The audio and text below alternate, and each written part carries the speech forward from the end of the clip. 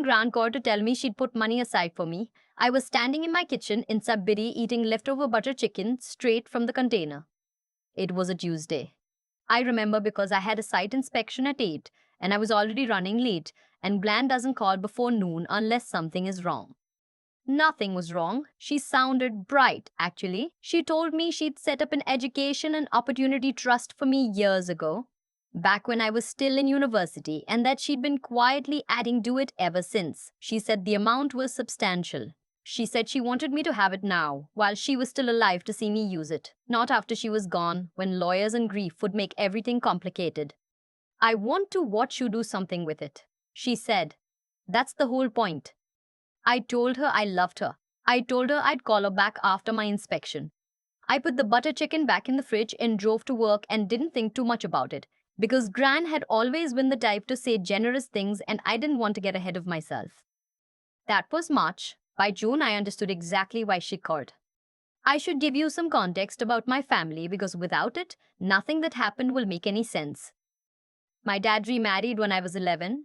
Her name is Colette. She has two sons from her previous marriage, Tristan, who's 3 years older than me, and Zach, who's the same age. I grew up in the same house as them for 7 years, shared holidays with them, watched the hockey games, was a bridesmaid at Tristan's wedding 2 summers ago. We are not close. That's the most honest way I can put it. We are polite to each other, the way you're polite to someone you went to school with once, someone whose name you remember, but whose inner life is a complete mystery to you. Colette is another matter. Colette and I have been in a Cold War since I was about 14, and neither of us has ever had the bad manners to acknowledge it openly. She's never done anything I could point to directly. It's more of a consistent, low-level erasure. The kind where you notice after a decade that your name got left off the family group chat, that your childhood photos aren't in the hallway display anymore, that your dad always seems to have plans with her family on your birthday. Small things. Accumulating. My mom has been out of the picture since I was 9. She moved to Vancouver and we talk a few times a year. It's fine. It was fine. That part of my history is not the point of this story. The point is Gran. Gran is my dad's mother. She's 81, lives in a semi-detached in Hamilton, grows tomatoes every summer, and has the sharpest memory of anyone I've ever met. She remembers dates, names, exact figures. She also has strong opinions about fairness, particularly about what she calls making sure people start from the same place. She doesn't believe in luck, she believes in architecture. Build the right foundation and people can figure out the rest. The trust was that philosophy made into a legal document. My dad managed it. That was the arrangement Gran had set up when I was 19. She trusted him completely. He's her son. He's an electrician, not a financial advisor. But he's reliable and careful, and she knew he wouldn't do anything careless with something that mattered to her. What she didn't account for was Colette. I didn't know any of this in March when Gran called. I didn't know any of it in April or May either. I found out the way I find out most things. Slowly. Then all at once, standing somewhere I wasn't expecting to be standing, reading something I wasn't prepared to read. I'm a paralegal. I've worked at a small firm in Sudbury for 4 years, mostly real estate and estates. I know how trusts work. I know how beneficiary documents work, how distributions are supposed to be recorded, what the paper trail is supposed to look like. I say this not to sound impressive, but because it matters later. It matters a lot later. In early June, Gran had a minor health scare. Nothing serious, a brief hospital stay for a cardiac monitoring issue that turned out to be benign. And during that visit, she mentioned to me, almost as an aside, that she'd been surprised not to hear from my dad about moving the trust funds. She'd expected him to contact her about the transfer paperwork after their call in March. She thought maybe he'd been busy. I told her I'd look into it. She smiled and patted my hand and told me I worried too much. I called my dad that evening. He was vague in a way that felt practiced. He said there'd been some delays with the financial institution, that the funds were in a registered account and the transfer process was more involved than expected. He said he was handling it. He said Gran shouldn't stress about it. That word stress landed wrong. Gran hadn't been stressed. She'd been matter of fact, and my dad knows her well enough to know the difference. I didn't say anything. I just said okay and asked him to keep me posted. 2 weeks later, I was at my parents' house, my dad and Colette's house, for Tristan's birthday dinner. Colette had done the whole thing up. The backyard lights, The catered trays from that Italian place on Barton Street, the good tablecloths. Everyone was there. Zach and his girlfriend, Tristan and his wife, Colette's sister and her husband, my dad on the barbecue, me at the end of the long table, drinking a glass of wine and watching the CN Tower light up in the distance, the way you can sometimes see it from their backyard on a clear night. I went inside to use the bathroom. On my way back through the kitchen, I passed the small office off the hallway, the one my dad uses for invoices and scheduling, and the door was half open and I heard Colette's voice. She wasn't on the phone. She was talking to Tristan. I stopped. I'm not going to pretend I didn't. I stopped and I stood in the hallway and I listened. She was saying something about a rollover, about a joint investment account, about how the timing had worked out well and the funds were already repositioned. She used the word repositioned. She said Tristan shouldn't mention it to Gran because Gran didn't need to be confused by the details at her age. Tristan said, "What about Tan said my name?" Colette said, "She doesn't need to know about it yet. Your father is going to handle it." I walked back to the table. I sat down. I finished my wine. I smiled at the right moments during the birthday toast. I helped carry dishes inside when it was time. I said goodbye to everyone at the door, and I drove back to Sudbury in the dark with the radio off the whole way. I am a paralegal. I know how trusts work. The first thing I did when I got home was pull out my laptop and look up the trust document. Gran had sent me a copy years ago, one of those "you should have this for your records" moments. I'd filed it away and half forgotten about it. I found it in 20 minutes, in a folder on an old hard drive. It was a formal trust agreement registered in Ontario. Gran was the settlor. My dad was listed as the trustee. I was the sole beneficiary. The terms were clear. The funds were to be distributed to me upon my request, once I turned 25, or at Gran's discretion before that. I was 31. I had been eligible for 6 years. There was a line in the document that I read 3 times. It said the trustee could not redirect trust assets to any account not held in the beneficiary's name without a signed distribution waiver from both the beneficiary and the settlor. I had signed nothing. Gran had signed nothing.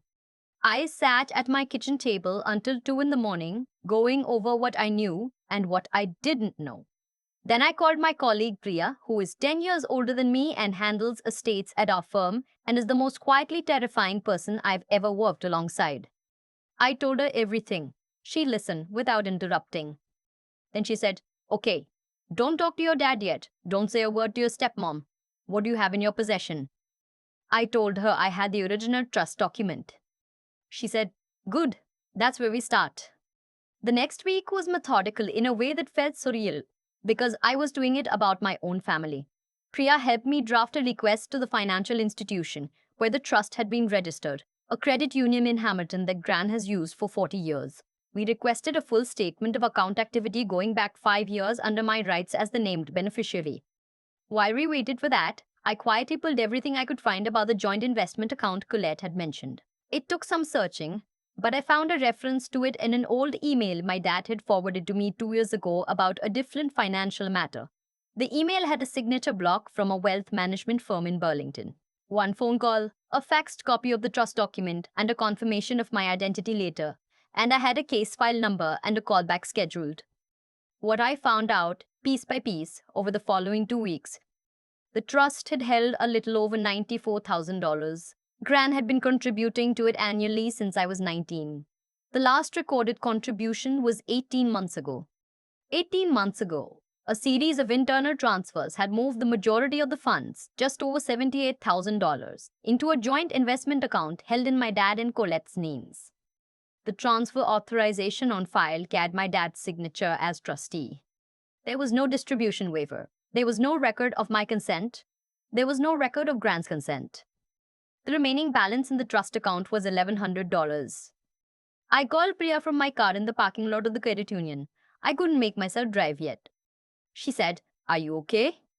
I said, "I think so." She said, "We're going to need to move quickly, because if they find out you know, they may try to move the money again."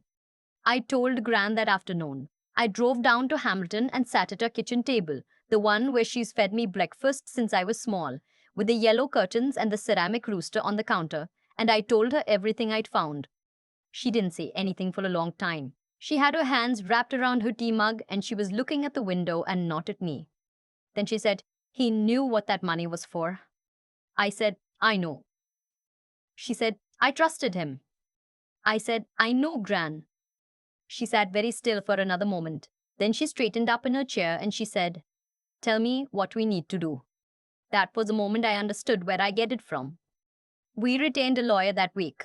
Not someone from my firm, because Priya said it was better to have clean separation. A trust and estates litigator in Hamilton named Miss Ferreira. Gran paid the retainer herself out of her own account before I could even offer. Miss Ferreira sent a formal demand letter to my dad as trustee within 10 days. The letter outlined the unauthorized transfers, cited the specific provisions of the trust agreement that had been breached, and demanded a full accounting and the return of the redirected funds within 30 days. My dad called me the evening after he received it. He was quiet on the phone, not angry, just quiet, in the way people get when they've been caught doing something they knew was wrong.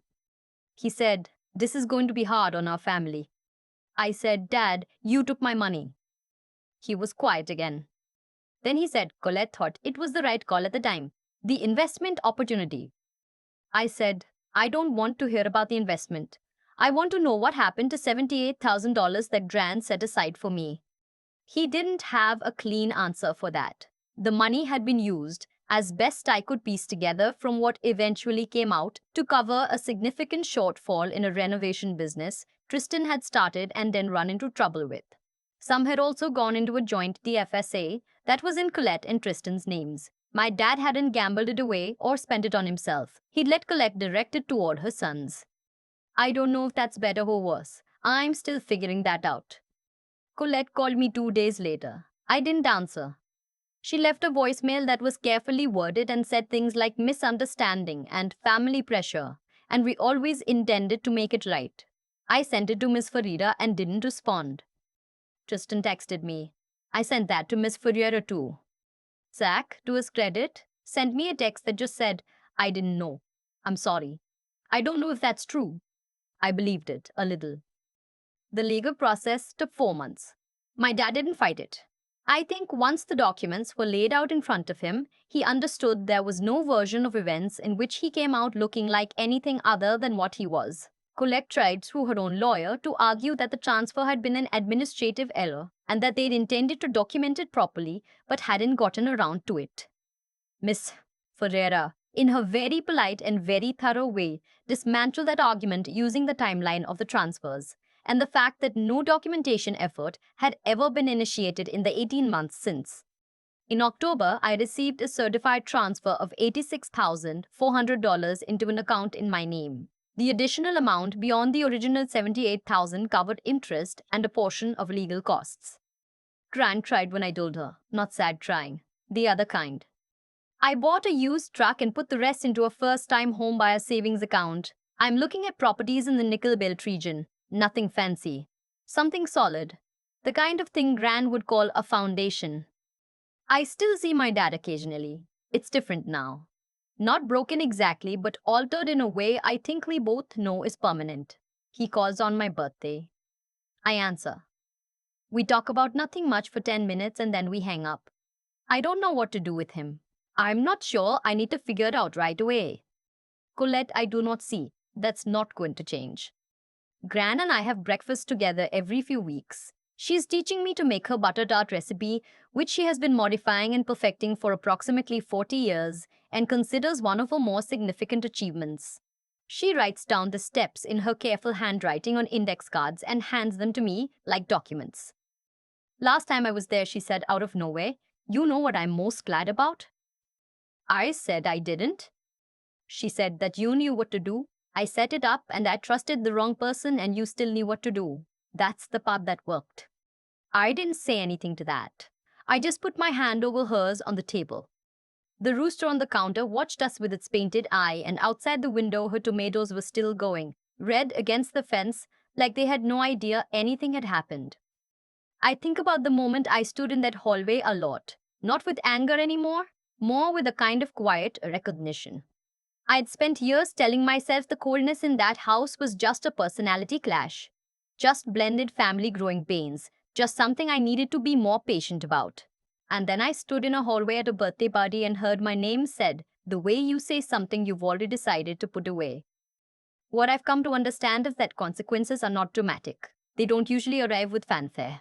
They arrive the way that trust statement arrived, line by line, date by date, amount by amount, until the picture is just sitting there in front of you, and there's no version of it that means anything other than what it means. Colette didn't stumble into what she did. She made a series of deliberate choices over 18 months, each one small enough to feel manageable, and each one building on the last. That's how most serious wrongs actually happen. Not in one bold moment, but in a slow accumulation of smaller ones. What stopped it from being permanent was not luck. I want to be clear about that because I think people sometimes hear a story like this and think, well, she happened to be a paralegal, she got lucky. But Gran set up that trust because she believed in building things properly. She put her intentions into a legal document and kept a copy and sent me one too. That was an act of integrity, making sure the right thing was recorded, not just intended. And when it mattered, that document was exactly what it needed to be. The part that took me longest to sit with is what I had to do with what I knew. Because knowing isn't the same as acting. I knew something was wrong after that phone call with my dad in March. I felt it. But feeling it wasn't enough. I had to be willing to follow it somewhere uncomfortable, to make calls I didn't want to make, to sit at my kitchen table at 2 in the morning and read something that would change how I saw my father. That took something. Not bravery exactly. More like a refusal to look away just because looking was hard. And then there was Priya, who didn't tell me what to feel or what to do next. She just asked what I had in my possession and told me that was where we'd start. That kind of steady, practical support is its own form of wisdom. It didn't make the process easier. It made it possible. Gran said the part that worked was that I knew what to do. But I think what she was really saying is that she'd spent decades watching the people around her and she knew who she was passing something on to. The trust wasn't just money, it was a statement about who she believed I was. And when it came down to it, I didn't want to be the person who let that go without a fight. Not because of the money, but because of what it would have meant about me if I had. $86,000 came back. But the thing I'm most glad about is something quieter than that. It's that I didn't let discomfort talk me out of doing the right thing. I didn't wait for someone else to fix it. I didn't tell myself it was probably fine when I knew it wasn't. That's the part I'll carry forward. And maybe it's the part worth carrying.